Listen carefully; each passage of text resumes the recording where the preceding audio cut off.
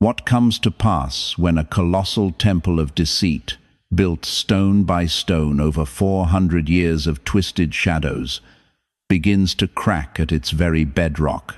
I am referring to that dark age ignited in the year 1619, a timeline scarred not only by the lash and the iron shackle, but by a suffocating muzzle placed upon the spirit itself. Now, in this breathless instant, the ancient false idol of superior bloodlines faces its judgment before the stars, and the scattered children of the exile require no steel blade to tear it down. It is the raw, unbending frequency of absolute truth that has marched onto the field of war.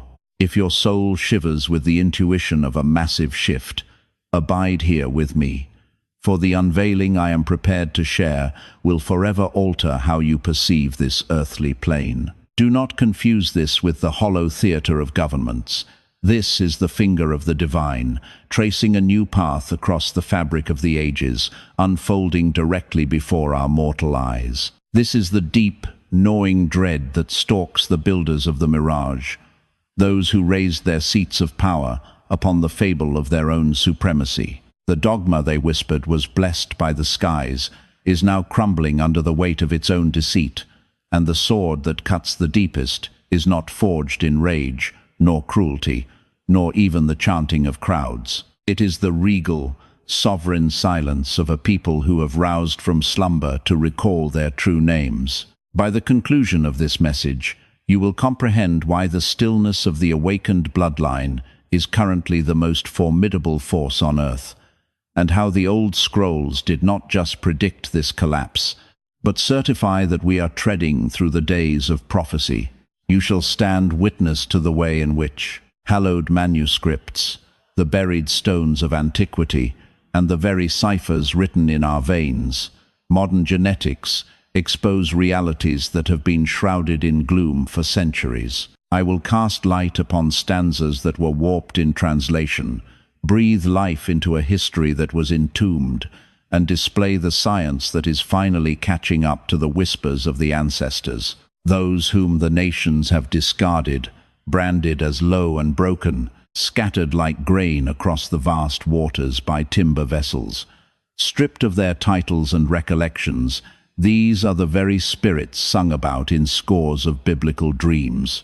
And understand this: those ancient omens are inhaling the breath of life at this very hour, not in some distant future, but within the respiration of our own time. Everything I place before you is rooted in chapter and verse, solidified by the archives of the past, and validated by what has been excavated from the soil. We do not trade in the mist of speculation here. This is the crystalline sharpness of revelation. If your spirit is ready to behold the light that has shone unseen, etch the word awakening into the records beneath. And if your heart whispers that this gnosis must reach others, let it stream forth now, for what you are about to absorb cannot be unlearned. Come, let me steward you through the hallways of Scripture, the chronicles of time, and the skyline of the prophetic. Our initial seal of proof is shattered within the holy volume itself, yet not the shortened edition resting on benches this Sunday morning. Peer into the Ethiopian canon, and you uncover 81 hallowed books, not merely 66. 14 entire scrolls were surgically removed by the sentinels of the West, and we are compelled to inquire, for what design? Because inside them resided verities too perilous to the controlled story epiphanies regarding the true bloodline, the identity, and the womb of the people of God. The Book of Enoch, the Jubilees, the Book of Jasher, they all illustrate a primordial epoch where the territories of Africa and the East were not severed, but were a single woven fabric of kinship and blood. They portray the ancient patriarchs, the visionaries, and even the Messiah himself. In countenances that smash the European icon engraved into our psyches, let us shift our gaze to Psalm 68, verse 31. Princes shall come out of Egypt. Ethiopia shall soon stretch out her hands unto God. Do not dismiss this as mere verse. This is a proclamation of fate, The Hebrew tongue utters the name Cush, summoning the majestic domains of Nubia and Ethiopia, the very rhythm of the melanated earth. This stanza chanted of an age when the offspring of Africa would rise to their lawful seat of spiritual authority and stewardship. We stand as the breathing evidence of this elevation. From the avenues of Lagos to Atlanta, from the highlands of Nairobi to London, a trembling of the spirit is washing over the planet as the scions of the ancients recover their celestial birthright. Reflect then upon the chronicle of Ebed-Melech, located in the 38th chapter of Jeremiah. This Ethiopian official, a man of onyx skin wielding influence in the king's court, staked his very life to retrieve the prophet Jeremiah from a cistern where he had been cast away. And in Jeremiah 39, verses 16 through 18, the Creator forges a private pact with him. Go and speak to Ebed-Melech, the Ethiopian, saying, Thus says the Lord of hosts, the God of Israel, Behold, I will bring my words upon this city for evil, and not for good, and they shall be accomplished in that day before thee. But I will deliver thee in that day, saith the Lord, and thou shalt not be given into the hand of the men of whom thou art afraid.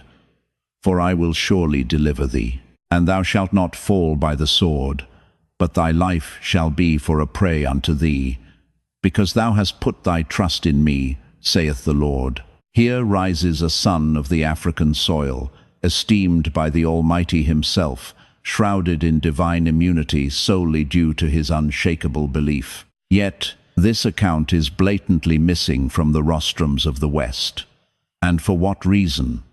Because it completely obliterates the falsehood that African blood bears a hex or stands lesser in the gaze of heaven. Since we are addressing curses, let us face the fable known as the Curse of Ham, likely the most twisted scripture in all of human memory. In Genesis chapter 9, the records tell of Noah laying a ban upon Canaan, the son of Ham, following an instance of family disgrace. For centuries, the scholars of the empire bent this passage to bless the shackles, asserting that the ebony races sprouted from Ham and were thereby condemned to eternal bonding. But heed the reality they hid. The hex was placed upon Canaan, never upon Ham. The lineage of Canaan brought forth the Canaanites, who inhabited the territories we now name Israel and Palestine. They were not the tribes of the vast sub-Saharan expanse. Meanwhile, the other scions of Ham-Cush, Mizraim, and Phut ascended to become the fathers of Ethiopia, Egypt, and Libya, forging resplendent empires that flourished for thousands of years. The shadowy legend whispered as the curse of Ham was never a decree thundered from the heavens, but rather a twisted labyrinth of deception constructed by the hands of mortal men. It was a spectral veil, woven with malice to drape a shroud of false piety over the unspeakable atrocities of the great oceanic trade, possessing not a single root within the true and sacred pages. Cast your inner eye now toward the timeless seer, Isaiah, whose prophetic voice resonates through the vast corridors of history, speaking of a scattered bloodline being called home. In the book of Isaiah, the 11th chapter, at the 11th verse, the ancient text roars that the Almighty shall stretch forth his arm a second time to harvest the surviving fragments of his people from the lands of Assyria, Egypt, Pathros, Cush, Elam, Shinar, Hamath, and the islands cloaked in the mist of the churning seas. Let the Spirit pause and meditate deeply upon the explicit naming of Cush, of Egypt, and those distant isles that drift upon the great waters. These names are the ancient echoes of the African continent and the far-flung children of the diaspora who were cast to the winds. The heavens are foretelling a second great exodus, a metaphysical and cultural awakening of a lineage torn from their ancestral soil, stripped of their identity, and sown like dormant seeds across the nations. The 18th chapter of Isaiah plunges further into this enigma, painting a portrait of a people of towering stature and skin as smooth as obsidian. It describes a realm regarded with awe across the known world, a dominion of power and conquest divided by the rushing currents of mighty rivers. Those who decipher the old scrolls agree this refers to the kingdom of Kush, the lands we now call Ethiopia and Sudan, culminating in a vision of tribute borne to the Lord of Hosts from this very bloodline. The ancient cradle of Africa is rising in spirit, in abundance, and in wisdom. And know this: such a resurgence is no accident of history. It is the inevitable blooming of a destiny written before time. Yet, as we cross into the new covenant, the shadows attempt to obscure the light. The 8th chapter of Acts records a divine intersection between Philip and the Ethiopian dignitary, a guardian of the royal treasury under the Candace, Queen of the South. This traveller was found deep in the mysteries of Isaiah, hungering for truth, and Philip immersed him in the living water, marking him among the very first of the nations to walk the way of the Messiah. Guardians of early history attest that this official bore the sacred fire back to the highlands of Ethiopia, where he placed the foundation stone of one of the oldest and most unbroken circles of believers the earth has ever known. Yet, look to the frescoes and films of the West, and you will see this man painted pale or erased into the void. We must ask, why is this so? Because his existence proves the root went deep in African soil immediately. The faith did not arrive in the hull of a conqueror's ship centuries later. It bloomed there from the very first breath of the covenant. Silence your mind, and let the weight of this silence settle upon you. If these chronicles are true, and they are written in stone, why have they been hidden from our sight? Why were these luminous passages dimmed, distorted by translation, or cut from the lessons of the many?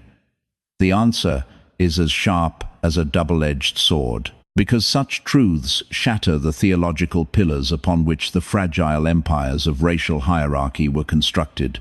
If the children of the sun are the heroes of the saga, if African thrones are honored in prophecy, and if the first saints were Ethiopian and Egyptian, the justification for chains and subjugation dissolves into dust. The sacred volume is revealed not as a tool of the taskmaster, but as a roaring manifesto of freedom and liberation. This unveiling strikes terror into the hearts of those who built kingdoms on lies, for it beckons a healing conversation that could span the abysses of history. Yet, the scripture is but the first seal, broken in this unfolding revelation. We must descend into the archives of time, unearthing the proofs buried in the desert sands, consumed by flames, and forbidden by the hands of power. When one traces the river of the faith back to its source, a startling truth rises from the depths. The waters did not spring from Europe. It was birthed in the heat of the Middle East and North Africa, lands rich with melanin, and the master builders of the church's mind were sons of the African earth. Tertullian, the Lion of Carthage, rose from North Africa to become the father of Latin theology.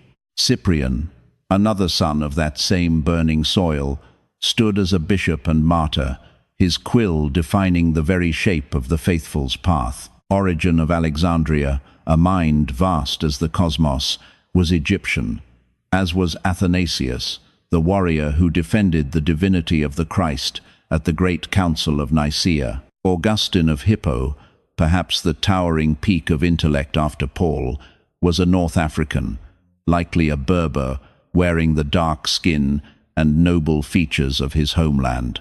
These giants were not the offspring of Rome or Gaul. They were the rhythmic heartbeat of Africa itself. They etched their gnosis in Greek, Latin, and Coptic, laying the granite foundation upon which every modern cathedral still rests its weight. Yet, within the lecture halls of the West, they are rendered as racially ambiguous spectres, or worse, recast in stone and paint as men of the pale north. This is nothing short of a grand larceny of heritage. Now, turn your eyes to the Ethiopian Bible. Ethiopia stood unconquered, never bowing the knee to Rome, guarding its holy words in Ge'ez, an ancient tongue that still speaks today. The Ethiopian Orthodox guardians maintain they hold the most pristine and unbroken canon, a spiritual treasury watched over for nearly 2,000 years. Their sacred library contains mystical volumes, such as Enoch and Jubilees, manuscripts severed from the Western binding during the political councils of the 4th and 5th centuries. Why were these scrolls cast into the darkness? Because they contain the forbidden chronicles of fallen watchers, hybrid bloodlines, and lost civilizations from before the deluge narratives that threatened the simplified control Rome sought to wield. Even more critically, these texts cemented the central pillar of African and Semitic lineages within the grand architecture of salvation. The Church of Ethiopia never surrendered to Roman decree, and thus they have preserved the secrets Europe tried to scrub away. Consider, finally, the enigma of the Black Madonna. Hidden in plain sight across the landscapes of Europe, hundreds of sacred icons remain, depicting the Holy Mother with skin as dark and rich as the fertile soil of creation. Scattered across the quiet corners of history, numbering somewhere between 400 and 500, lie sacred vessels that have endured the passage of time. These silent sentinels, largely preserved from the era spanning the 11th to the 15th centuries, murmur ancient secrets regarding a genealogy deeply entrenched in the mystic East. Upon the consecrated grounds of nations such as Poland, Spain, France, and Italy, the pilgrim, searching for the hidden verities of the Spirit, shall encounter the reverence of the Midnight Mother, a Madonna whose skin reflects the cosmos, holding a Messiah carved from the same profound, starless night. Many of these sanctified treasures trace their bloodline back to the waning light of the early medieval age. Though the guardians of orthodoxy claim this darkness is merely the residue of soot from 1,000 votive flames, or the rot of timber, such hollow explanations dissolve when placed before the fire of logic. The hands of the masters intentionally shaped many of these divine avatars, from stone as black as the void, or from ebony wood born of the deepest forests, sculpting features that undeniably echo the noble countenances of African and Middle Eastern ancestry. This dark virgin remains a monument to the historical Mary, preserving the essence of the matriarch before the grand narrative of European dominion recast her in the image of a pale, blue-eyed stranger. Such authentic portrayals were banished to the dim recesses of crypts, locked away or dismissed as anomalies, for their very existence defied the constructed mythos that sought to crown whiteness as the sole divine standard. To understand, one must part the mists of chronology and journey deeper. The annals of the past whisper that the dawn of the Nazarene's path broke over Europe through the southern gates of North Africa and the Levant. As Paul the Apostle trod the sun-baked trails of his holy commission, his feet dusted the soil of realms overflowing with the sons and daughters of the African continent. In the cradle of the faith, Alexandria, Antioch, Jerusalem, the first assemblies were a kaleidoscope of the human family, where Egyptian, Ethiopian, Hebrew, Greek, and Roman souls merged their voices in a single hymn. The fantasy of a homogeneous, monochromatic faith was a concept alien to the initial 3 centuries of the Way.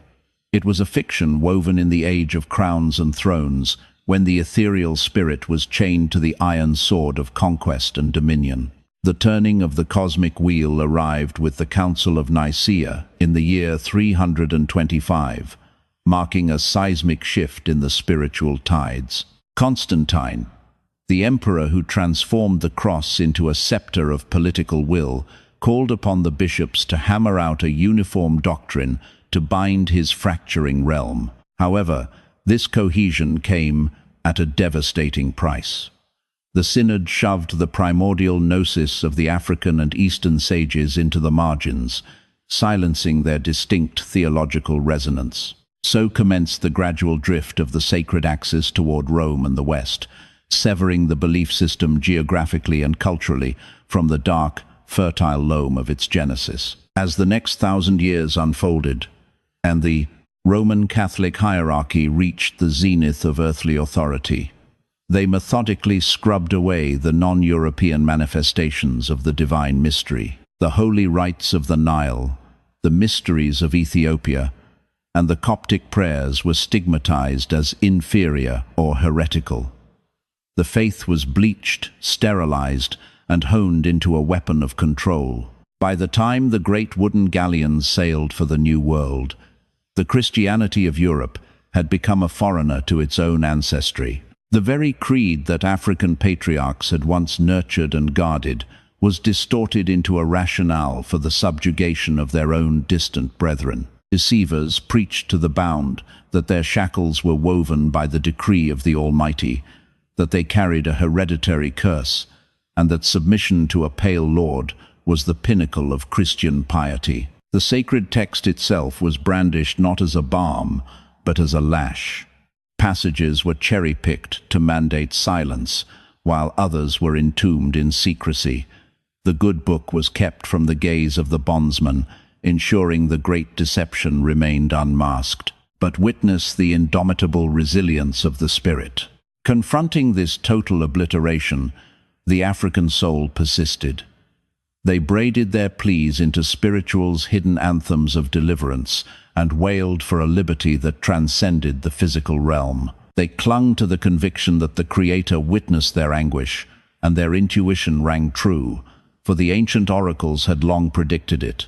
Let us now shift our vision to the revelations of the empirical, for the witness is inscribed not merely in parchment, but in the very double helix of existence. Contemporary genetic science has cast a light into the abyss where historians and theologians attempted to hide the truth. The decoding of primordial DNA from the heart of the Middle East, specifically the Levant, the ancestral home of Israel, unveils that the walkers of that earth, 2,000 to 3,000 years ago, bore no resemblance to the pale figures of art history.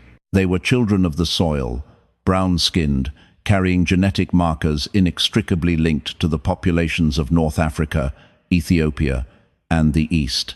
Revolutionary inquiries from bastions of knowledge like Harvard and the Max Planck Institute suggest that over 50% of their ancestry flows from the Bronze Age Canaanites, a lineage that weaves seamlessly with the ancient Egyptians and the tribes of the North African expanse. Researchers from the esteemed corridors of Harvard Medical School and the Max Planck Institute have gazed into the dust of sepulchres spanning Israel, Lebanon, and Egypt. The skeletal remains whisper of a continuous, unbroken chain with African and Semitic kin and offer no connection to the bloodlines of Europe.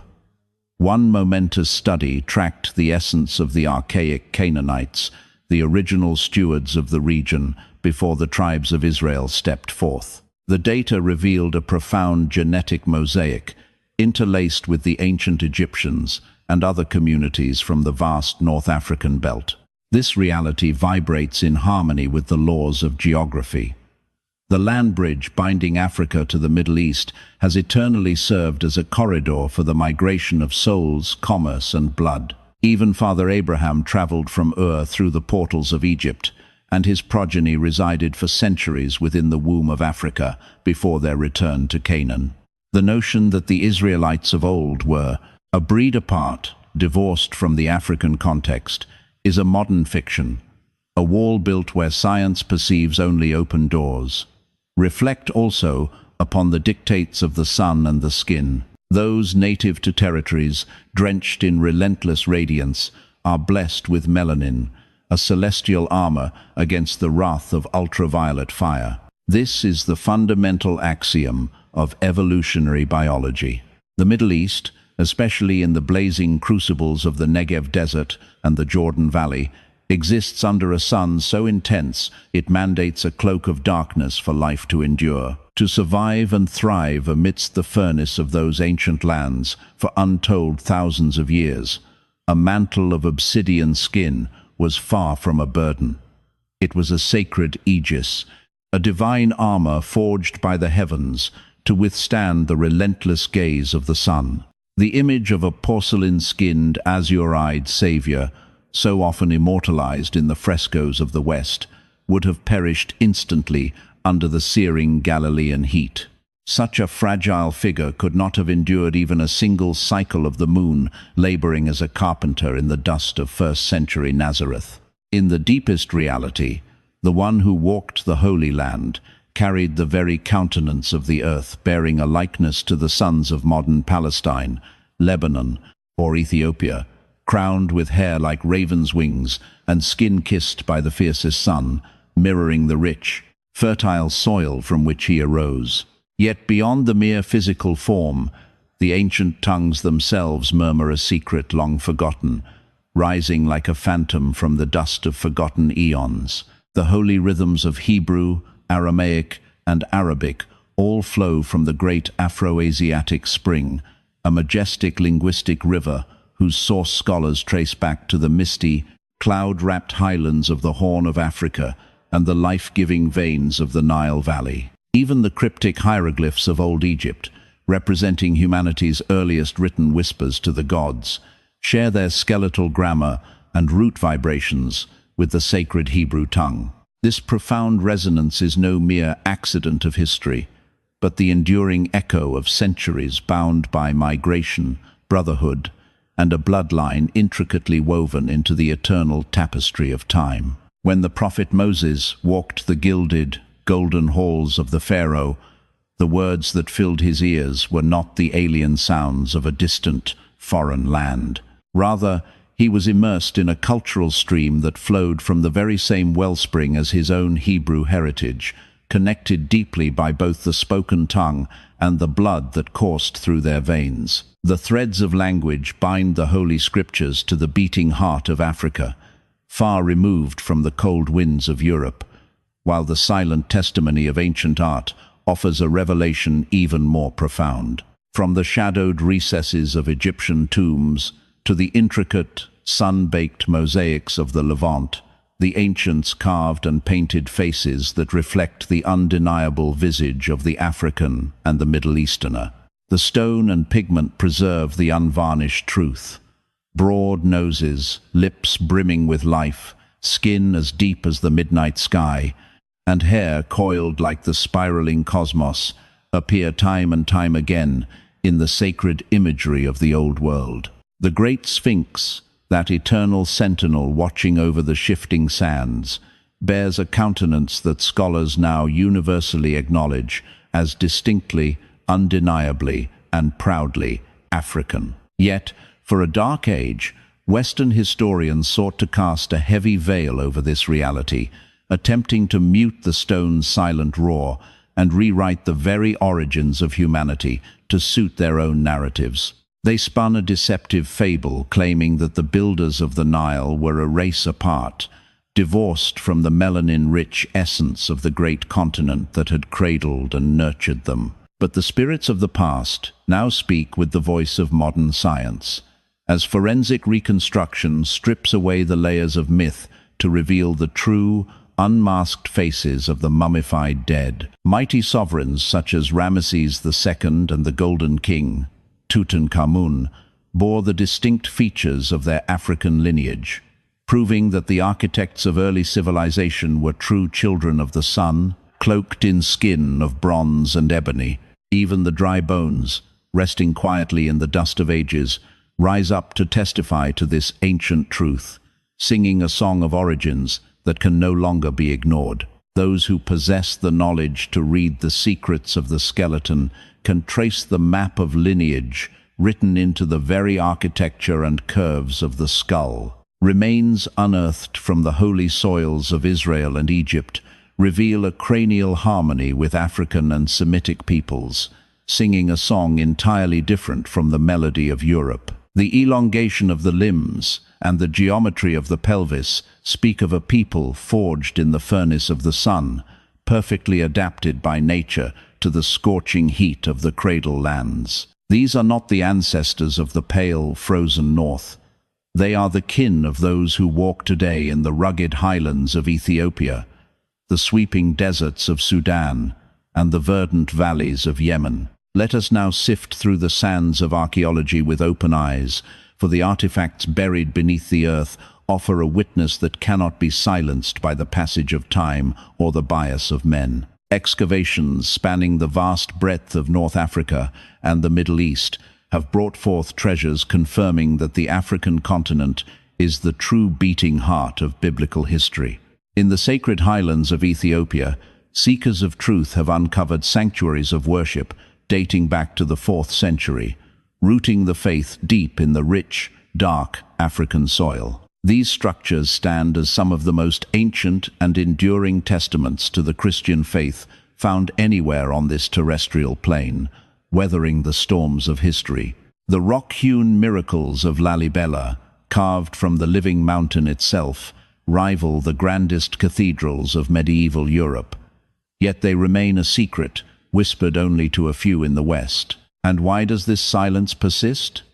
Because to fully embrace Ethiopia's ancient claim would shatter the carefully constructed illusion that the faith of the cross is the sole inheritance of Europe. The scrolls of the Dead Sea, unveiled to the world in the mid-20th century, emerged from the shadowed caves of Qumran as one of the most profound spiritual revelations of our time. These fragile parchments, surviving from 3 centuries before the Common Era to the 1st century Anno Domini, hold the living breath of the earliest biblical scribes. And what sacred knowledge do these ancient whispers impart to the modern seeker regarding the true origins of the faith? They proclaim with clarity that the word was being honored, copied, and lived by communities in the East, long before the shadow of the cross ever fell upon the soil of Europe.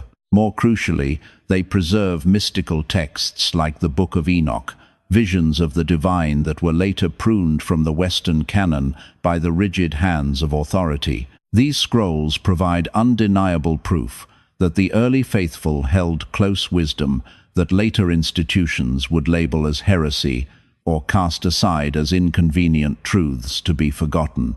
Beneath the shifting Egyptian sands, Coptic manuscripts have surfaced that predate the Roman Latin Vulgate, defying the established timeline of the Western Church.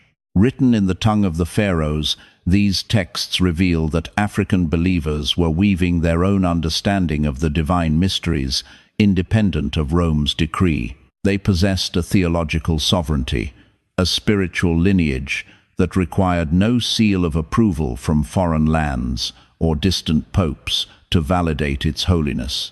The library discovered at Nag Hammadi in 1945 unleashed a flood of Gnostic light, challenging the rigid structures of Orthodox theology with a different kind of illumination. For ages, the powers in the Vatican insisted such alternative paths were mere shadows or lies, fabrications without form or substance.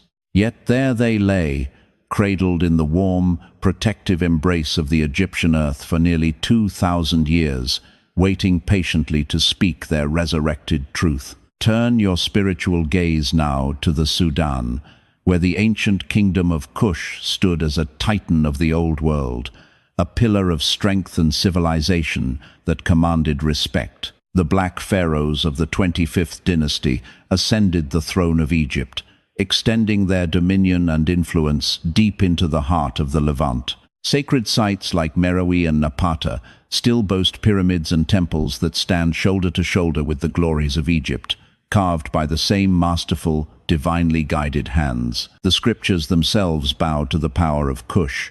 The second book of Kings speaks of Taharka, the mighty king of Ethiopia, who marched to defend Jerusalem against the gathering Assyrian storm. He was no myth, but a flesh-and-blood sovereign whose reign is etched in stone and confirmed by the spade of the archaeologist, a testament to the might of Africa in the days of old. Yet, a heavy veil of silence suffocates this history. To lift it is to shatter the fragile glass lie of weakness, exposing a reality where African crowns commanded the tides of fate and scripted the very words of the holy divine. Even the bedrock of the sacred lands murmurs the secret, as the earth gives up ancient ghosts, artifacts bearing witness to the footprints of African souls that walked the holy clay of ancient Israel long before the ink was dry on history. Amidst the blazing dunes of the southern Negev, broken shards and funeral rites speak from the grave, standing as silent sentinels that confirm a spiritual blood knot, tying the children of Israel to their kin in the heart of Africa. Vast rivers of trade flowed like lifeblood between Egypt, Ethiopia, and the Holy Land. But they carried more than shimmering gold or harvested grain. They ferried the breath of the gods, the fire of philosophy, and the ancient mingling of sacred bloodlines. Gaze back upon the legendary Queen of Sheba, enshrined forever within the first book of Kings, chapter 10. She who journeyed across the abyss, perhaps from the peaks of Ethiopia or the lush valleys of Yemen, to drink from Solomon's well of wisdom. Yet her odyssey was no strange accident of time. Instead, her path was a golden thread woven into a cosmic tapestry, one that locked the destinies of Africa and the Near East in an eternal, inseparable embrace. The idea that an ocean of silence divided these realms is a falsehood spun by modern hands to excuse the cruel tearing apart of the human family. Even inside the iron cage of the Roman Empire, the sands of time reveal the unshakable shadow of African believers walking the way of the Messiah. In the gloom of the deep catacombs, ancient frescoes stare back from the darkness, depicting saints, martyrs, and patriarchs with skin like midnight men who held the very keys to the gates of the kingdom. Towering among them is the valiant Saint Maurice, a warrior son of Egyptian earth from the 3rd century, who led the fabled Theban legion, a brotherhood of blades forged in the fires of African faith. When ordered to bow to stone idols or spill the blood of the innocent, he and his brothers chose the sword's edge and the crown of martyrdom, rising as a beacon of reverence across the medieval world. For centuries, his image, dark, noble, and clad in shining armor, stood guard over the altars and shone through the stained glass of Germany, Switzerland, and the meadows of France. But as the toxic shadow of supremacy lengthened across the ages, these holy icons were smashed or painted over with pale flesh, a thief's attempt to rob the melanated saints of their glory. Now, let us turn our spirits to the living libraries, the cultural echoes that have flowed like undying rivers of truth through the mouths of the elders. In the beat of the drum and the weaving of the tale, African kin have protected a spiritual lineage that ties them forever to the scroll of the Holy Scriptures. High in the Ethiopian peaks, the wind carries a secret whisper about the Ark of the Covenant, a relic said to have been spirited away to Axum by the hand of Menelik, the fruit born of King Solomon's wisdom and the Sabian queen's grace. To this very second, the sentinels of the Ethiopian Orthodox Church swear that the sacred vessel sleeps within the sanctuary of Our Lady Mary of Zion, hidden from the gaze of the profane. Proof of stone matters little against the power of conviction. It screams that the Ethiopian soul was never a spectator, but the very pulsing heart of biblical history. Journey south to the Lemba people, where modern science finally bows to ancient memory, confirming that the blood of the patriarchs sings in their veins. For eras uncounted, the Lemba have held the covenant close, honoring the Sabbath, the rites of the flesh, and the ancient laws of the feast. The genetic scrolls reveal that many Lemba sons carry the Cohen modal haplotype, the unique fingerprint of the Aaronic priesthood burned into their very cells. This truth stands as a monolith. The seed of Abraham took root deep in the African soil, long before European sails ever broke the horizon. The Lemba are living prophecies, proving that the scattering of Israel, foretold in Deuteronomy chapter 28, reached the rich, dark earth of the African continent. In the West, the griots keepers of the voice chant genealogies that pierce the fog of time, singing of great migrations from the lands of the morning sun. Their epics speak of ancestors walking from the land of the rising sun, a poetic compass pointing straight back to the ancient Near East. Though scholars once discarded these tales as mere fantasy, they are now unveiled as the gleaming seeds of a forgotten historical reality. The grand movement of nations and the protection of holy spiritual wisdom, along with the iron strength of culture through the ages, are all preserved within these masterworks of the tongue. Across the Atlantic abyss, in the lands of chains, enslaved Africans carried a spiritual flame that mirrored the very soul of biblical truth. The Gullah Geechee, watchers of the Carolina and Georgia shores, kept the holy ring shout alive, their rhythmic cries and water baptisms echoing the mysteries of the early Hebrews and the first followers of the Way. These were not rituals mimicked from the master's religion, nor learned from European books. No, they were ancient jewels brought from the motherland, locked in the vault of memory to ensure survival. The sorrow songs were more than melody.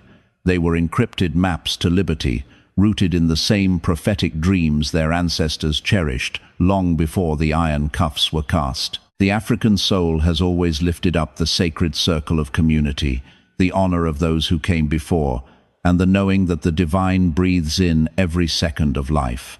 These bedrock truths resonate in perfect harmony with the Holy Scrolls. The wisdom of Ubuntu, I am, because we are mirrors, the New Testament truth that we are one body in the Messiah. Just as honoring the elders reflects the biblical reverence paid to the patriarchs and matriarchs, it breathes life into the great cloud of witnesses proclaimed in the book of Hebrews, chapter 12. The roar of the drum, the sacred dance, and the ecstasy of worship are not pagan. They are the pure, raw joy known to the early ecclesia before the cold hand of European formalism froze the spirit. Remember Acts chapter 2, where the faithful spoke in new tongues, uttering prophecies, and consumed by a holy fire that the modern world would label charismatic or Pentecostal. That wild, flame-kissed spirituality has always found its true home in African congregations and their descendants, far from the rigid rituals of the West. That this spiritual identity survived centuries of crushing weight is, in itself, a miraculous testimony. It illuminates the invincible power of cultural memory, serving as both a shield of resistance and an eternal fire of hope. Deep within the suffocating, lightless holds of forgotten history, the radiant heirs of the dawn were stripped of their crowns, their ancestral tongues severed from their mouths, and their lineages shattered by the grip of tyranny. Yet, in the midst of this absolute devastation, a sacred spark of faith refused to die. They held fast to an ancient, internal certainty, a bone-deep knowledge that the Most High walked beside them, even in the valley of the shadow of death, that the scales of cosmic justice would eventually find their balance, and that this season of agony was merely a fleeting verse, not the final period of their everlasting story. Through clandestine murmurs under the cloak of darkness, they passed down melodies of resistance, prayers of old power, and dreams of a restoration that carried them through horrors no tongue can adequately describe. Make no mistake, surviving such a furnace was neither luck nor coincidence. It was nothing less than the shield of providence protecting the remnant, the self-same breath of life that strengthened the bondsmen in the clay pits of Egypt, nourished the weeping exiles beside the waters of Babylon, and shepherded the lost through every bitter wilderness. This is the unyielding spirit of a bloodline marked by prophecy, purified in the kiln of affliction, and destined for a triumphant vindication before the watching eyes of eternity. Pause now, and let the gravity of this revelation anchor your spirit. When the Holy Scrolls, the ancient chronicles, the discoveries of modern science, the crying stones of archaeology, and the oral traditions of the elders all align like the stars guiding a ship home, one is forced to ask, why were we guided down a road paved with falsehoods? Why was the truth buried beneath the soil, outlawed by royal edict, and fed to the consuming fire? The motivation is as old as it is wicked, a desperate, unquenchable thirst for total control. For if the sun-kissed peoples of this earth were to truly comprehend the majesty of their imperial birthright, their royal ancestry, and their protagonist role in the sacred texts, The artificial towers of hierarchy and subjugation would disintegrate into dust. A kingdom built upon such fragile lies cannot withstand the searing brilliance of absolute revelation. Look closely, for we are living in that very hour. The great illusions are cracking before our gaze, and the pillars of a world system erected on deception are shaking to their core. The long hibernation is over, and the spirit is stirring. If you feel this tectonic shift, if a deep, resonant chord within your being hums in agreement with these words, do not turn a deaf ear to the summons. It is the Ruach HaKodesh, the Spirit of Truth, testifying to the reality dormant within your DNA. Etch the word truth in the comments below to signify that your spiritual eyes are open and your watch has begun. Hand this torch to another soul who starves for illumination, for our expedition into the cavern of mysteries has only just begun. Permit me to walk with you on a pilgrimage upstream against the river of time, traversing centuries where the truth was methodically buried and replaced by fables designed to shackle the mind and justify unspeakable atrocities. Our epic begins in the 1st century, a time when the way was but a hunted spark, flickering precariously yet spreading like wildfire across the vast iron expanse of the Roman Empire. The believers convened in the intimacy of modest homes, in the silent gloom of underground catacombs, and in the secret clefts of the earth. They were harvested from every nation under the firmament, a mosaic of every skin tone and cultural heritage known to humanity. The 2nd chapter of the Book of Acts pulls back the veil on the miraculous day of Pentecost, where souls from Parthia, Media, Elam, and Mesopotamia stood shoulder to shoulder with those from Judea, Cappadocia, Pontus, and Asia, alongside travelers from Phrygia, Pamphylia, Egypt, and the regions of Libya near Cyrene, as well as visitors from Rome and Arabia, all hearing the high praises of God in their own mother tongues. From its very genesis, this movement was a tapestry woven from 1,000 distinct threads. The original assembly was never a monochromatic institution of Europe. It was not birthed in the West. It was the spiritual pulse of Africa, the ancient wisdom of Asia, the soul of the Middle East, and the breath of the Mediterranean. For 300 years, the faith thrived in this fertile soil of diversity, and the Holy School in Alexandria emerged as a towering beacon of divine intellect and scriptural mastery. The ancient Coptic assembly of Egypt produced theological titans, sages whose sacred writings continue to guide and instruct the faithful to this very hour. Reflect upon the faith of Ethiopia, planted in the 1st century by the royal official, which bloomed in majestic solitude, untouched by the mandates of foreign powers. Powerful shepherds of North Africa, luminaries like Cyprian and Tertullian, chiseled the very theological foundation stones that would define the belief system for millennia. This was truly the golden age of African Christianity, a moment in history when the continent was honored not as a land of darkness, but as a radiant sun of spiritual genius and intellectual light. But the winds shifted with the ascension of Constantine. In the year 313, the Roman emperor issued the Edict of Milan, removing the prohibition on the sacred way. To the casual observer, this seemed like a glorious liberation.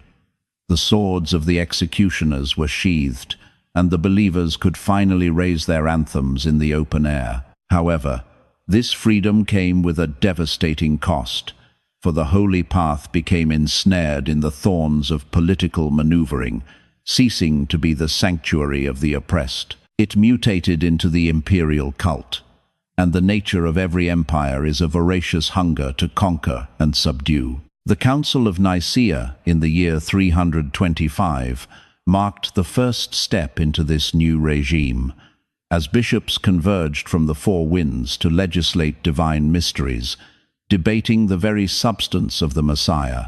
Yet, this assembly also planted the seeds of centralized authority within Rome, gradually muting the thunderous wisdom of the African and Eastern patriarchs.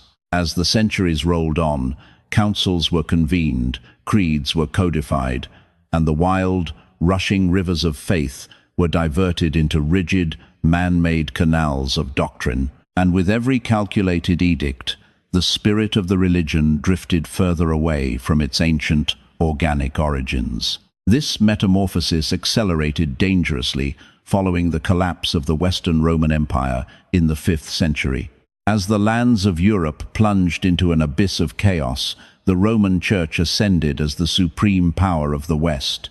While it preserved the embers of knowledge, it also strictly dictated which flames were allowed to burn. Though monks labored diligently to transcribe sacred scrolls in their cloisters, they served as the gatekeepers of history, deciding which voices would echo through the ages and which would be silenced forever. Manuscripts that challenged the authorized narrative were abandoned to rot in damp cellars or fed directly to the fires of censorship. Thus, vital scriptures, such as the Book of Enoch and the Book of Jubilees, vanished from the Western library, preserved only within the ancient, mountain-guarded vaults of Ethiopia. In this fashion, the African genesis of the faith was systematically erased, replaced by icons of European saints, European imagery, and European philosophy. By the time the Crusades arrived in the 11th and 12th centuries, the cross had been forged into a weapon of brutal conquest. Popes declared holy wars, promising the keys to paradise to those who would spill the blood of Muslims and Jews. The very faith that dawned as a gospel of peace and brotherhood was now twisted to endorse wholesale slaughter, and this dark theology did not remain trapped in the sands of the Middle East. It returned to the heart of Europe, where it fueled the bonfires of the Inquisition, the hunting of heretics, and ultimately the rapacious colonization of Africa and the Americas. If the holy name could be invoked to sanction the butchery of infidels, it required only a small step to rationalize the enslavement of the entire African continent. The transatlantic trade in human souls began in the 15th century, and from its very inception, the institution of the Church stood with blood on its hands, fully complicit in the nightmare. In the deep annals of time, specifically the year 1452, a heavy shroud descended upon the human story when Pope Nicholas V unleashed the times Dum Diversas asterisk. This pontifical command bestowed upon the Portuguese crown the terrifying spiritual license to grind Saracens, pagans, and non-believers into the dust of perpetual servitude. It was a script written in ice, a decree that transformed the harvesting of souls and the shackling of bodies not merely into a rite, but into a sacred commandment. Before the first verdict could fade, the Times Romanus Pontifex Times emerged 3 years hence, granting Portugal the keys to the southern horizon beyond Cape Bojador, expanding the grim marketplace of flesh across the vastness of West Africa. Do not dismiss these as the errors of the fringe. They were the cornerstones of the cathedral, carved into the very bedrock of the religious establishment. The one who sat upon the seat of Peter drafted the spiritual blueprints for empire, and soon the nations of the Reformation would march down this same shadow-laden road. From the misty isles of England to the courts of France, through the Dutch ports and onto the rising beast of the United States, every titan of the age bathed their hands in the crimson river of the trade, sharpening the crucifix into a spear to justify their dominion. They poured a venomous theology into the ears of the bound, claiming their suffering was a divine ordinance, and that submission to a mortal lord was akin to worshipping the Most High. To guard this great lie, they padlocked the scriptures, denying the gift of letters, lest the captive read the pages and find the thunder of freedom sleeping therein. The sanctuary became a cell where verses like Ephesians chapter 6, verse 5, commanding servants to yield, were wielded like whips, severed from the truth that the divine despises tyranny. They aggressively hushed the roaring saga of Exodus, the very pulse of the holy text, where the Almighty steps down to shatter the shackles of the broken. They gagged the weeping prophets, who cried for equity and turned a blind eye to the Messiah, who declared his primary mission was to fling open the dungeon gates. The creed imposed upon the scattered children of Africa was a hollow spectre, a stranger to the fishermen who once walked the dusty paths of Galilee. Though fashioned as an instrument of imperial will, designed to ensure obedience, a transcendent mystery blossomed amidst the gloom. Against impossible odds, the spirits of the bondservants penetrated the fog of deceit, tuning into the resonant frequency of the true gospel, vibrating beneath the falsehoods. When they raised their voices to sing of Moses defying Pharaoh, it was no mere history lesson. It was a prophetic declaration of their own coming release. In their sorrow songs, the river Jordan was more than water. It was the threshold of liberty, and their celestial vision required justice in this realm, not merely in the hereafter. This was a faith ancient and undiluted, severed from the religion of the whip, flowing instead from the cries of the Hebrews in the mud pits of the Nile. It vibrated in harmony with the seers in captivity and the early witnesses who stood immovable before the iron legions of Rome. It was an unbreakable bond with El Roi, the divine one who observes, the one who hearkens, and the one who rescues. Yet, while this secret flame flickered, the religious powers of Europe continued their crusade of erasure, recasting sacred history in their own likeness during the Renaissance. Leonardo da Vinci reinvented the Passover table, turning the Galilean and his followers into images of Italian nobility rather than the Semitic travelers they truly were. High on the vaults of the Sistine Chapel, Michelangelo conjured a porcelain creator and alabaster seraphim, solidifying these fabrications as the absolute standard of divinity. By the dawn of the 16th century Reformation, the colonization of the eye and the soul was already complete. Although Luther and Calvin struck at the chains of Rome, they left the racial mythos untouched, never daring to question the visage of a westernized redeemer. They anchored the faith firmly in the Occident, blinding themselves to the vibrant, ancient tapestry of the way that had thrived in Africa for eons.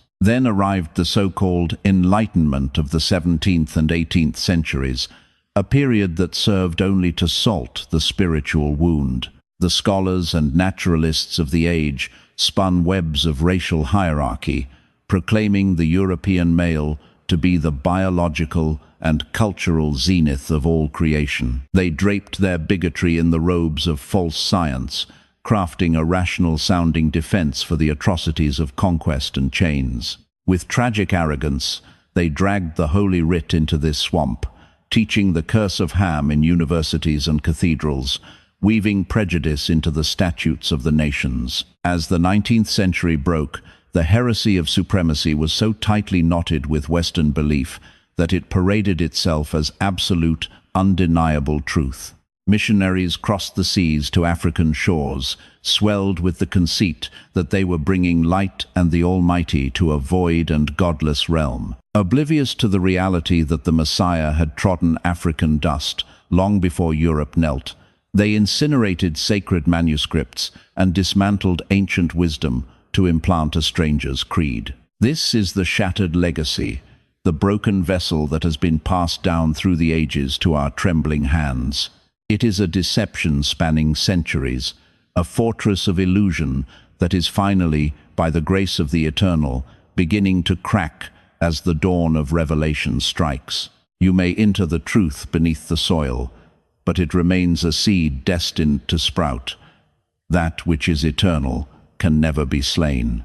The 20th century ushered in a great reckoning, as the movement for civil rights forced the Western sanctuary to gaze into the mirror and behold its own complicity in malice. Dr. Martin Luther King Jr., a seer rising from the Baptist tradition, unveiled the decay of a dogma that could sing of charity on the Sabbath while enforcing apartheid on the weekday. Luminaries like James Cone gave birth to liberation theology, seizing the scriptures back as a radical declaration of autonomy rather than a guidebook for subjugation. Across the great waters, the nations of Africa cast aside the yoke of colonial piety, unearthing their own primordial, indigenous encounters with the divine. The ancient rites of the Ethiopian Orthodox, the Coptic custodians, and the fiery surge of African Pentecostalism began to rise like a tide, reclaiming their spiritual heritage with raw power.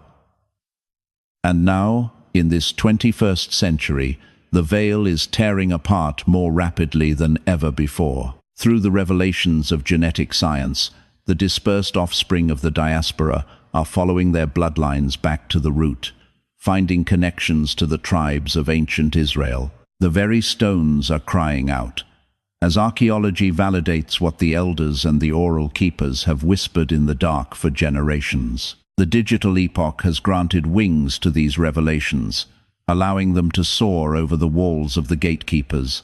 The story is no longer theirs to suppress. There is no earthly inferno fierce enough to consume the sacred scrolls of old, nor a silence profound enough to suffocate the voices now awakening from their slumber, nor a veil of sufficient density to hide the proofs of history. The ultimate truth has shattered its containment, spreading across the world like a holy fire that refuses to be extinguished. Let us gaze with clarity upon the sheer magnitude of this shifting epoch. The decaying architecture of racial hierarchy is not merely a political machine grinding to a halt or a social order falling into ruin. It is, in its essence, a fortress of the spirit, a bastion of shadows and illusions that has bound the collective soul of humanity in heavy chains of deceit for century upon century. Such ethereal strongholds do not collapse by the strength of mortal hands or physical might. They are dismantled only when the piercing, searing radiance of absolute truth strikes their very foundations. As it is inscribed in the holy text of 2 Corinthians, chapter 10, verse 4 proclaims with thunderous authority, "For the armaments of our warfare are not of flesh and blood, but possess divine potency to demolition strongholds." This is the precise metamorphosis we are witnessing unfold before our mortal eyes. The citadel of supremacy is being taken apart stone by stone, not by the sword of vengeance, but by the irresistible gravity of reality and the righteous, unfolding judgment of the Creator. Behold the signs written in the stars and across the nations. The empires of the West, having constructed their opulence upon the broken backs of the subjugated, now stare into the yawning abyss of their own economic twilight. The vital pulse within these populations grows faint, with birth rates plummeting as if their very lineage is dissolving into the mists of forgotten history. Contemplate the numbers that signal this decline. The European Union sees fertility fall to a mere 1.38 births per woman in the year 2023, while the United States rests at 1.6 in 2024, both failing to meet the replacement level of 2.1. A plague of deep despair, chemical chains, and sorrow stalks their streets. The spectre of self-annihilation hangs heavy in the air, with suicide rates among white men in the United States climbing to 23 per 100,000, accounting for a staggering 68% of all such tragedies in the year 2023. The pillars of their governance fracture under the unbearable weight of their own hypocrisies, and faith in the ancient institutions evaporates like morning dew under the rising sun. The great tapestry of Western civilization is unraveling at every seam.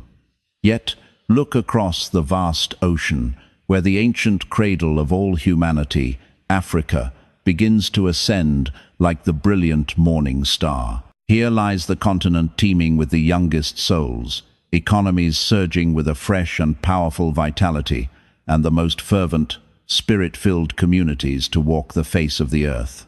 A river of prosperity begins to flow there, with growth projected at 3.5% in the year 2025, rising to 4.3% across 2026 and 2027, totally eclipsing the stagnant nations of the West. The land once discarded by the world as a barren wasteland of hopelessness is now revealed as the very wellspring of the future. This is no accident of temporal history. It is the majestic unfolding of ancient prophecy. Heed the thunderous words of Isaiah chapter 60, verses 1 through 3. Arise, shine, for your light has dawned, and the glory of the Eternal has risen upon you. For behold, darkness shall cover the earth, and deep darkness the people. But the Lord will arise over you, and his glory will be visibly seen upon you. The nations shall be drawn to your light, and kings to the brightness of your rising. While these sacred words were etched for Zion, for Jerusalem, their resonance echoes through the corridors of time to embrace all people whom the Creator claims as his own peculiar treasure. This covenant belongs to those who have walked through the valley of the shadow of death, who have been crushed into the dust, and told by the world they were of no worth. A new dawn is breaking over the horizon, and the nations stand in witness. Yet, understand the beauty of this divine mystery. This is not the rising of one people to enslave another in turn. It is not a cycle of earthly retribution, but a divine restoration of order. It is the cosmic scales of the earth returning to a state of perfect, holy equilibrium. We speak of veracity displacing deception, envisioning a realm where every soul, regardless of their hue, walks in the fullness of their God-given dignity and liberty. This is the very blueprint of the kingdom of God, the gospel that Jesus proclaimed, and the future the prophets beheld in their sacred visions. A reality where the downtrodden are exalted to high places, the last become the first, and justice flows like an everlasting, mighty river. To manifest this kingdom on earth, we must bridge the deep chasms between tribes with wisdom and understanding, fostering a unity that banishes the lingering shadows of prejudice. Therefore, I turn my gaze now to speak directly to the sanctuary of your spirit in this defining, pivotal hour. If the blood of Africa flows within your veins, whether you stand on the continent's soil, in the Americas, Europe, or anywhere under the open sky, listen closely. You are no cosmic accident. There is no curse resting upon you, nor are you lesser in any measure. You are the progeny of monarchs, of seers and warriors, of master architects and learned scholars. Your lineage has endured the unspeakable horrors of the Middle Passage, the iron chains of bondage, the deep scars of colonization, and every systematic attempt to strip away your humanity. Yet you remain, standing tall like an oak against the wind. This is not mere fortune or luck. It is the undeniable evidence of divine protection and preservation. Within the core of your spirit resides an unbreakable resilience, forged in the fire of adversity and proven through the march of ages. You are the chosen vessels through whom God has decided to reveal his glory in this final chapter. You are not the conquered people. You are the conquerors. You are not the tail. You are the head. You are shifting from the position of the last to the first. And this ascension requires no physical violence to achieve. There is no need to plead for validation or prove your worth to anyone. You simply need to anchor yourself deep in the profound truth of your own existence. Proclaim it, embody it, walk in it. The battle belongs to the Creator, and he is waging war in the spiritual realms on your behalf. Your majestic silence, your refusal to descend into the pit of hatred, is your greatest weapon. The world watches, waiting to see if you will mirror the brutality that was shown to you. But when you rise with grace, with truth, and with an unshakable confidence, it strips them of their power and leaves them defenseless. It lays bare the void within their philosophy, revealing to all that they stand upon sinking sand and foundations of vapor. You are the primal bearers of the divine likeness. As Genesis chapter 1, verse 27 states, "So God created man in his own image. In the very image of the divine, he created him. Male and female, he created them." The story of humanity begins its first chapter in Africa. the first footsteps of mankind pressed into African dust. The face of God was first mirrored in African features. This is not merely a belief, it is anthropology confirmed. It is the consensus of empirical science, aligned perfectly with the spiritual reality of our origins. You possess an ancient inheritance, a power that no thief can ever steal. And to those who are not black, white, Hispanic, Asian, or otherwise, heed this word with an open heart as well. This prophecy does not seek your harm or downfall.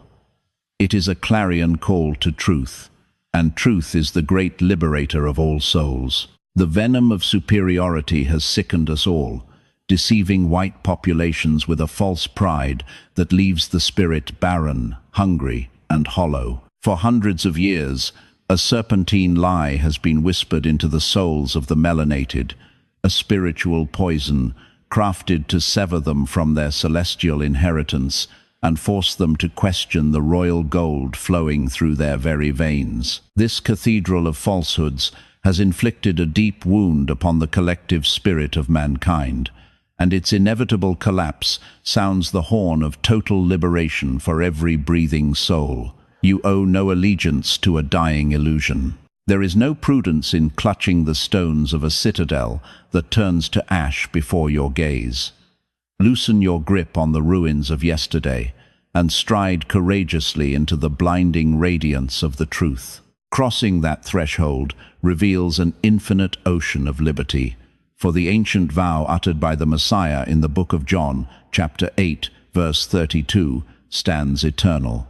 The truth possesses the power to shatter every shackle. Perceive this unfolding not as the sowing of chaos, but as a profound cosmic restoration. It is not a mere casting of blame, but a divine summons for accountability that trades the heavy burden of hate for the balanced scales of justice. Let us speak plainly. True justice is not the jagged edge of vengeance, but the sacred realignment of the cosmos, making the crooked paths straight once again. It requires the bravery to identify the shadow, to present a repentant heart for the darkness of history, and to raise a new kingdom upon the bedrock of everlasting truth rather than the sinking sands of deceit. Such a realm is no feverish dream, nor a distant, unreachable paradise.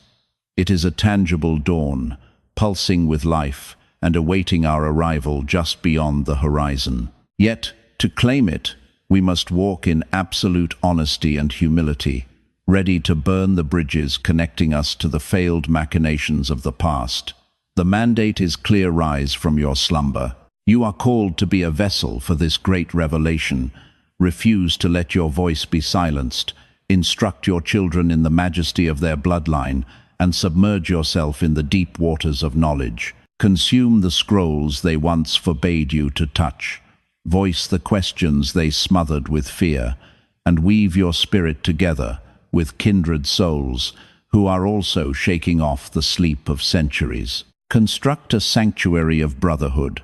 Pour your vitality and wealth into the merchants, the scholars, the creators, and the spiritual houses of your people that boldly declare the unvarnished reality. Above all earthly things, turn your countenance toward the heavens. Pray for the sword of sharp discernment and the enduring power to withstand the coming tempest.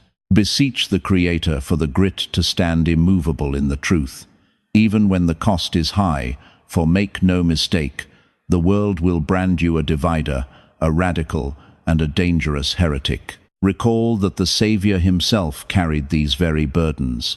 This is your appointed hour, the trial of your generation, and you breathe within the very moment where ancient prophecy meets its fulfillment. Do not waste this sacred opening. Do not swallow your words or sit idly in the stands. Arise, engage, speak with holy fire, and watch the hand of the divine reshape the earth. Before we travel further into this mystery, I ask you to forge a solemn covenant with me in this present instant. If these words vibrate within your spirit, if you feel the resonance of truth deep in your marrow, leave your sign below. Inscribe the phrase, "Truth revealed," as a lasting monument to your awakening. Signal to the spiritual ether that your eyes are wide open, that you have heeded the summons, and that you are ready to march as a warrior in this revolution of the soul. Then, become a lighthouse. Do not hoard this illumination, for there are souls in your orbit, within your lineage and your village, who are starving for this specific nourishment. They ache to remember their true identity, desperate to reclaim the forgotten crown of their ancient heritage. They need to see that the prison of lies built to contain them is cracking. Broadcast this frequency across every digital landscape you inhabit. Whether on the networks of Facebook, Instagram, Twitter, or TikTok, scatter this seed wherever the algorithms attempt to bury it. If a legion of us shares this, the light of truth will break the blockade. And if you have not yet aligned your spirit with this gathering, press that subscribe button this instant, for we are preparing to descend into deeper waters and unearth even greater mysteries. We shall continue to tear down the veils of illusion, elevate hidden realities, and arm you with the wisdom necessary to stand unshakable in these final, decisive days. Understand that this is far removed from mere entertainment. This is warfare for the human soul, a battle being fought in the highest spiritual realms. This is the ultimate contest for truth, and you are either a mason of the new dawn or a guard of the crumbling night. The grey mists of neutrality have vanished. You must make your election this very second. Will you be a silent witness, or will you be a voice of thunder? Will you shrink back into the shadows, or stand tall in the light? Declare truth revealed, spread this vision, join our legion, and let us march into destiny as one. Now, permit me to unveil the tectonic shifts occurring in real time, as the ancient idol of supremacy begins to fracture and stumble before our watching eyes. In the year 2024, the United States beheld an election that laid bare the abyssal cracks hidden beneath the nation's veneer. The political machine, which once proclaimed itself the supreme lighthouse of democracy, now stands naked, torn by division, rotting with corruption, and openly shattered. The movement crying out to make America great again is unmasked as nothing more than a frantic clutch at a phantom history, a past that never truly drew breath. It is the death rattle of a fading age, a clear sign that the tectonic plates of power and domination are shifting with violent force. They fight with feral intensity to maintain their grip on the throne, yet dominion slips through their fingers like sand. You can feel the panic, the hysteria, and the rising tide of chaos. When an empire realizes its hourglass has run dry, it descends into madness, and while desperation breeds danger, it is also the ultimate admission of frailty. Cast your gaze upon the economic altar.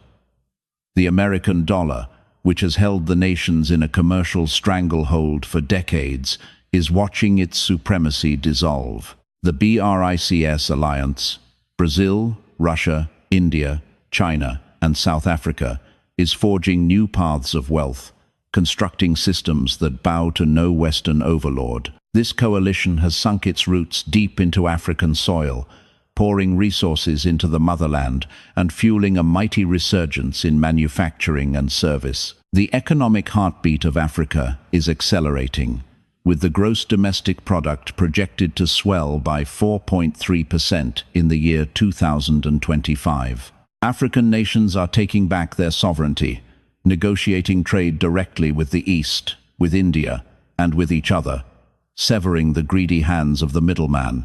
The Western entities that have drained the continent's lifeblood for centuries are being cast out.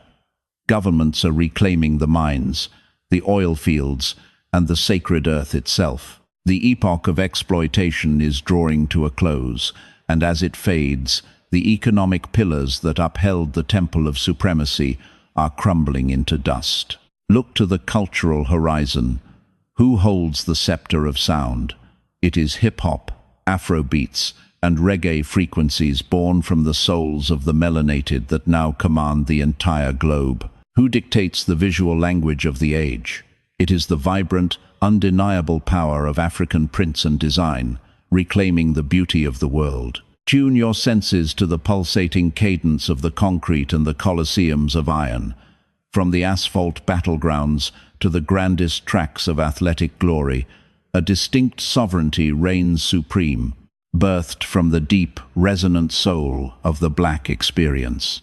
The very arteries of this terrestrial sphere now pump in perfect unison with melanated heritage, a force of nature so formidable that the archaic bastions of authority tremble in its wake.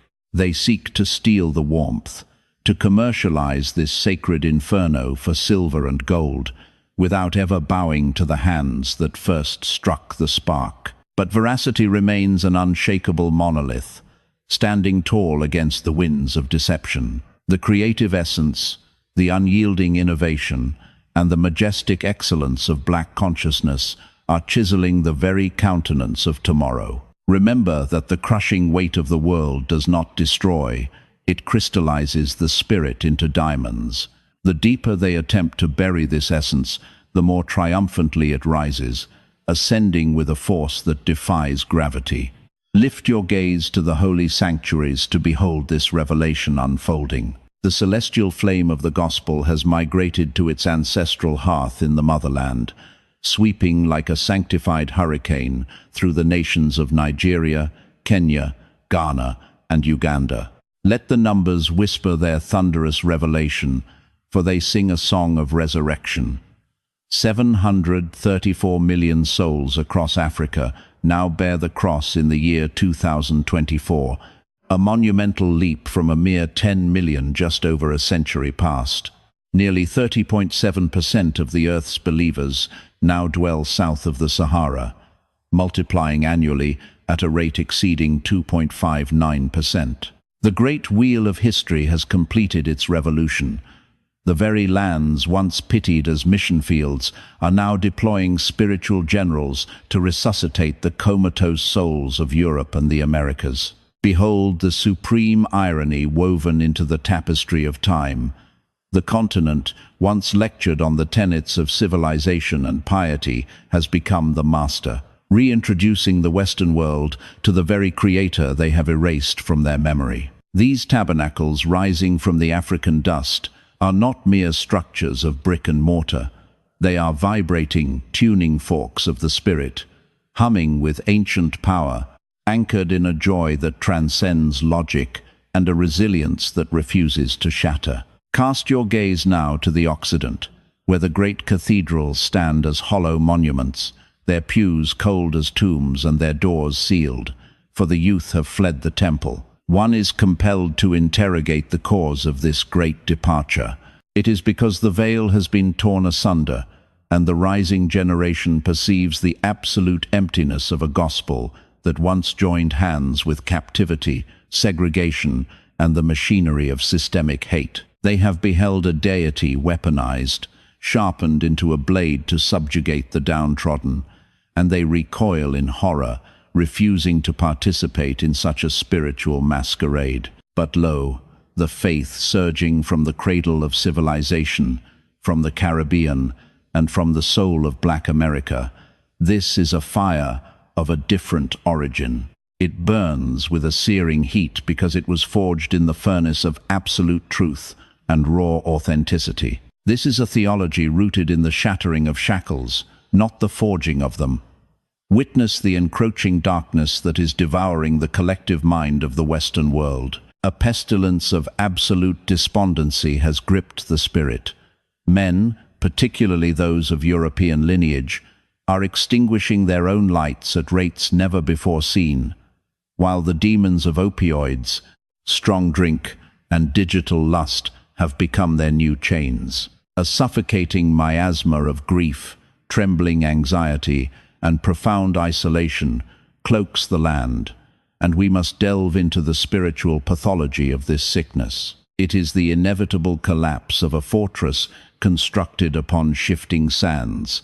When a man's worth is built upon the mirage of supremacy, upon the fallacy of being superior to his brother, what remains when the mirror finally cracks? The bedrock dissolves, and the soul plummets into the abyss, for arrogance provides no solid footing. This is the great unraveling we are witnessing in this hour. The chasm left by the shattered idol of superiority is manifesting as a crisis of the psyche, and no pharmaceutical, no therapist, no tome of self-help can stitch this wound. For the malady resides not in the brain. This is a pathology of the spirit. Now, pivot your vision to the stirring within the vast black diaspora. Though the lingering shadows of scarcity and the ancient scars of brutality remain, a luminous dawn is piercing the gloom. A magnificent awakening is breathing vitality into dry bones. The younger generation has attuned their ears to the frequency of the ancestors. They are traversing oceans to press their feet against African soil, excavating the histories that were buried to keep them blind. They are raising empires of industry, painting vivid new paradigms of reality, and engineering movements that cause the very foundations of the earth to shudder. A mantle of sovereign majesty has been reclaimed, a clarity of purpose that was obscured in the fog of yesteryear. Do not mistake this for a shift in sociology, but recognize the hand of the divine, bringing ancient prophecy to fruition. As the sacred scrolls foretold in Psalm 68, verse 31, Ethiopia is swiftly stretching out her hands unto God. The ancient text is leaping from the page into our reality. Journey with me now into the abyssal depths of Revelation, for this cascade of events is not random entropy, but a script authored by the divine. It is a celestial symphony composed by the Ancient of Days. In the 28th chapter of Deuteronomy, we discover the duality of the covenant, the blessings and the curses. Abundance flows like a river to those who walk in rhythm with the Most High, while tribulation hunts down those who turn their backs on the light. However, from verse 15 onward, the scripture isolates a specific lineage, a people torn from their roots, scattered like chaff across hostile territories, bound in iron and stripped of their very identity. Verse 68 speaks with a precision that chills the marrow. And the Lord shall bring thee into Egypt again with ships, by the way whereof I spake unto thee. It continues to prophesy a severance from the motherland, stating, You shall see it no more, and there you shall be sold unto your enemies, as bondmen and bondwomen. Yet no man shall have the power to redeem you. This is the unmistakable, blood-stained fingerprint of the transatlantic tragedy. The children of Africa, stolen, packed into the wooden bellies of oceanic beasts, and traded as if they were livestock. Search the Holy Canon, and you will find no other prediction that mirrors this historical horror with such terrifying exactness. But hear this truth: the season of the curse is not everlasting. But take heart, for redemption draws nigh. Deuteronomy chapter 30, verses 1 through 3, promises a shifting of the horizon, foretelling that when these memories return to the minds of the people amongst the nations, that the Lord God shall reverse the tides of captivity, extend mercy, and gather the scattered ones from the furthest extremities of the earth where they were driven. We stand at the precipice of this fulfillment. We are living in the very hour of the turn. The great dispersion is being woven back together, and the spiritual awakening we behold is the signal fire of the return. Jeremiah chapter 30, verse 16, issues a divine decree. Therefore all they that devour thee shall be devoured, and all thine adversaries, every one of them, shall go into captivity. The scales of cosmic justice are seeking their equilibrium. Those who once wielded the whip shall soon feel the crushing weight of the yoke. The jailers shall find themselves behind the bars, not through the vengeance of mortal hands, but through the terrifying and perfect judgment of the divine. Gaze upon the empires that constructed their ivory towers upon the broken backs of the enslaved. Witness their economies turning to dust, their politics descending into bedlam, and their moral fabric rotting from within. Do not attribute this decay to mere chance. This is the inevitability of the word made manifest. Joel chapter 3. Verse 2 declares the summons. I will also gather all nations, and will bring them down into the valley of Jehoshaphat, and will plead with them there for my people. The hour of reckoning has arrived for those who scattered the heritage of the Most High and carved up his lands for their own gain. Comprehend this profound mystery. The valley of Jehoshaphat is more than a geographic coordinate. It is a spiritual courtroom where the final verdict has already been rendered. We hover now upon the jagged edge of a cosmic judgment, a holy court session where the scales of the ages finally find their equilibrium. The dust of ancient prophecies stirs, whispering of the great city's inevitable descent into ruin. The scroll of the Apocalypse, chapter 18, verse 2, crashes through the corridors of time with a singular and thunderous decree that the great Babylon is fallen, brought low, and utterly undone. Do not mistake this for mere geography. It is a malevolent spirit, a shadow weaver of greed and idol worship. It is the bloody footprint of the Middle Passage, the iron chains of conquest, and the suffocating lie of false superiority. These are the very limbs of the Leviathan, and behold, they rot before our gaze. This collapse is not the work of human hands or insurrection, but a sovereign command thundered from the throne of the Most High. In verse 4, the Eternal One breathes out a warning to the faithful. Come out of her, my people, sever ties, lest you become collateral damage in her sin and share in the cup of her plagues. It is a divine order for separation. Cease providing nourishment to the monster that craves your flesh. Let go of the delusion that you can repair a fortress built on sand and bones. Do not beg for its mercy, but run from its collapsing walls. We are summoned to build a tabernacle in the wild places. Witness the holy irony. As the citadels of chaos grind to powder, the sacred peak of Zion begins its triumphant rise above the clouds. The seer, Isaiah, in chapter 60, saw this era through the mist, a day when the wealth of empires would stream like a river back to the holy mount. While a heavy darkness swallows the world, a piercing glory dawns upon the chosen lineage. Verse 3 unveils the turning of the tide. The lost shall be magnetized by your radiance, and the kings of this fading age shall bend the knee to the brightness of your rising sun. The ancient womb of humanity wakes from its coma. The dispersed offspring recall their true titles, and the earth watches in awe. This is not arrogance. It is the grand finale of a script written before the stars were hung. Even the Anointed One, in the Gospel of Luke, chapter 21, verse 24, spoke of this sorrowful season. He saw the edge of the sword and the weeping procession into captivity among the strange nations. He prophesied that the holy city would be crushed under the boots of strangers, yet he set a boundary, a divine timer counting down until the era of Gentile rule is fulfilled. The sands of that hourglass have finally run out. The epoch of alien dominion draws its terminal breath. This is not the end of a people, but the funeral of a hierarchy that defied the natural order. It signals that the lease on oppression has expired. The monopoly on force is broken. The cosmos is snapping back into alignment. The scales of justice are resetting to zero. What, then, is your duty in the face of this unveiling? You must breathe it, speak it, become it. I compel you to take a holy intermission right now. Pause this message and look at the circle entrusted to you, your bloodline, your community, your fellowship.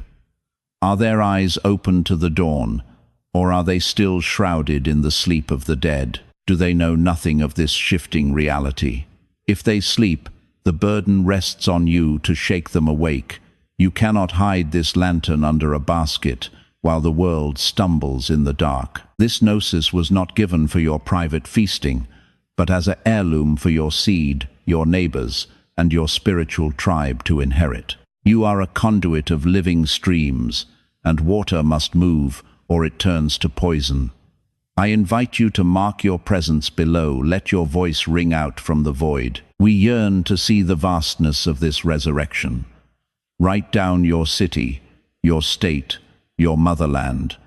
Let us map the topography of this spiritual rebellion. Let us gauge the range of this vibration. Then, scatter this digital scroll among your clans, your family chats, and the open markets of the internet. Call forth those who hunger for this manna.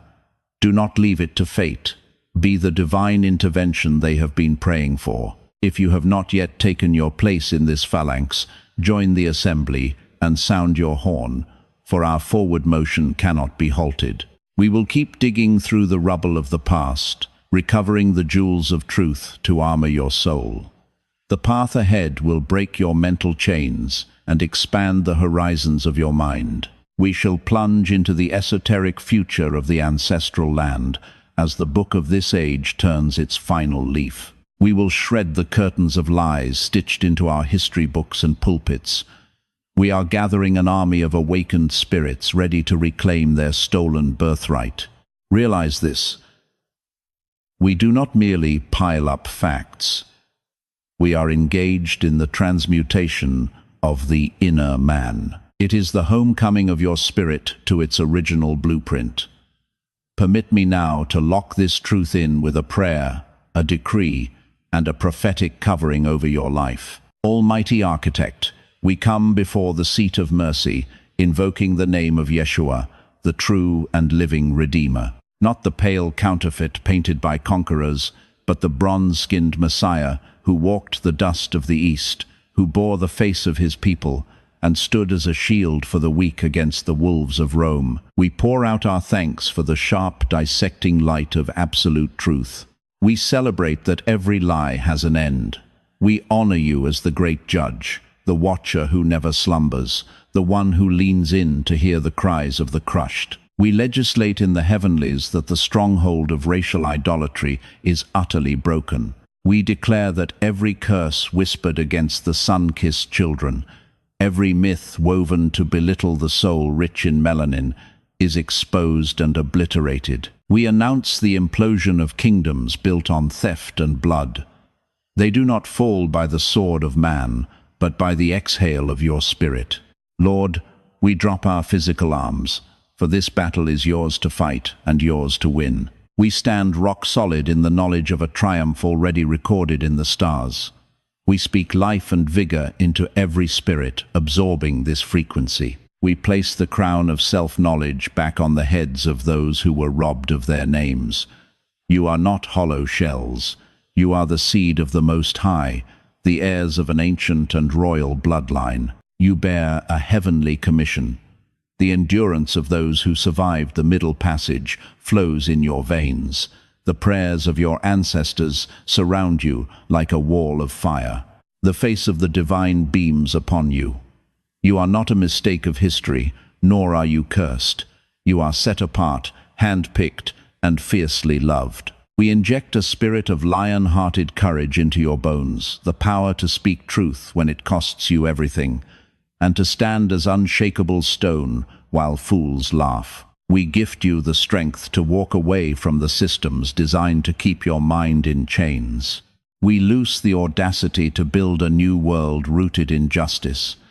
We pray for a deluge of ancient wisdom to saturate your soul. May you be granted the discernment to know when to roar and when to be still, moving through this twilight age with the grace of kings. We ask for the peeling away of scales from your eyes, the tuning of your ears to the songs of heaven, and a heart that fully grasps the gravity of the times in which we breathe.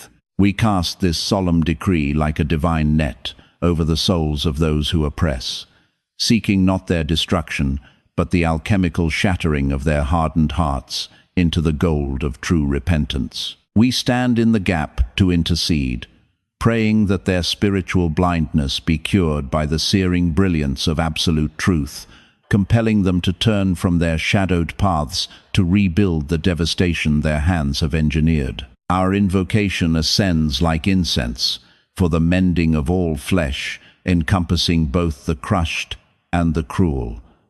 For your infinite heart O Creator, aches with a fierce desire that not a single spirit should drift into the eternal void. It is written in the stars and woven into the fabric of time that every wandering child of this vast creation shall eventually stumble upon the luminous road leading back to grace. Thus, we deliberately shatter the fetters of unforgiveness that bind our own wrists.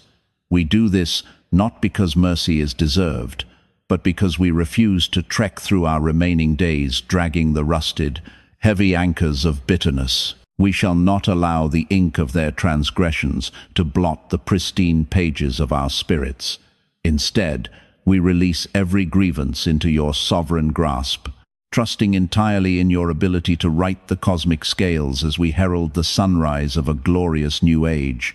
We speak into existence a radiant era of unvarnished truth and total restoration, a season where the forgotten are ushered to the throne, the gentle souls inherit the earth, and those bowed low by burdens are lifted to the highest peaks of dignity. We shout to the celestial realms that the ancient continent of Africa is rising in majestic splendor, and her diaspora, scattered like seeds across the globe, is finally awakening from centuries of deep, enchanted sleep.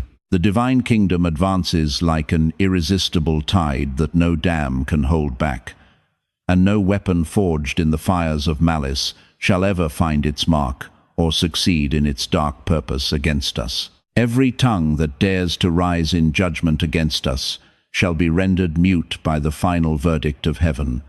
For this is our fortress and our birthright, as the consecrated servants of the Most High. We stamp this petition, this holy decree, and this prophetic declaration with the seal of the majestic name of Jesus, the name that echoes through the corridors of eternity, before which every knee in the universe must ultimately bow in reverence.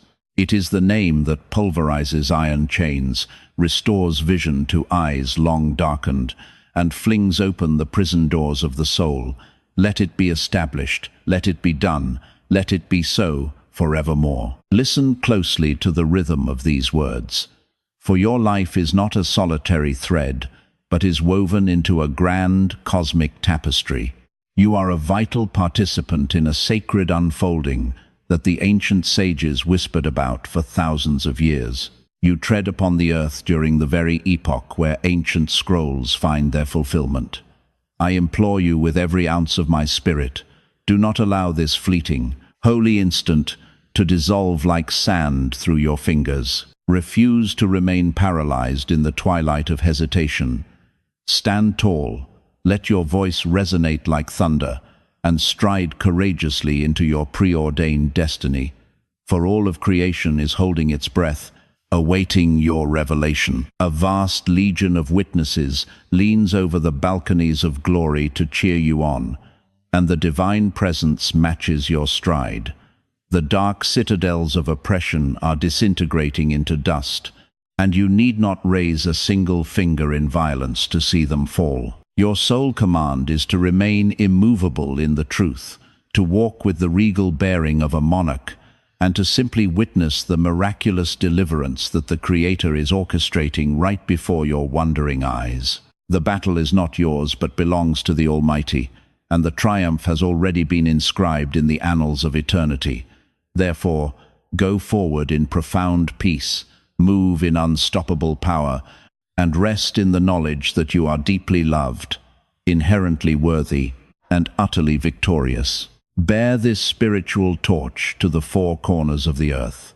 Plant the seeds of veracity deep in the soil of human hearts, and let the fires of this great awakening blaze with an intensity that can never be extinguished.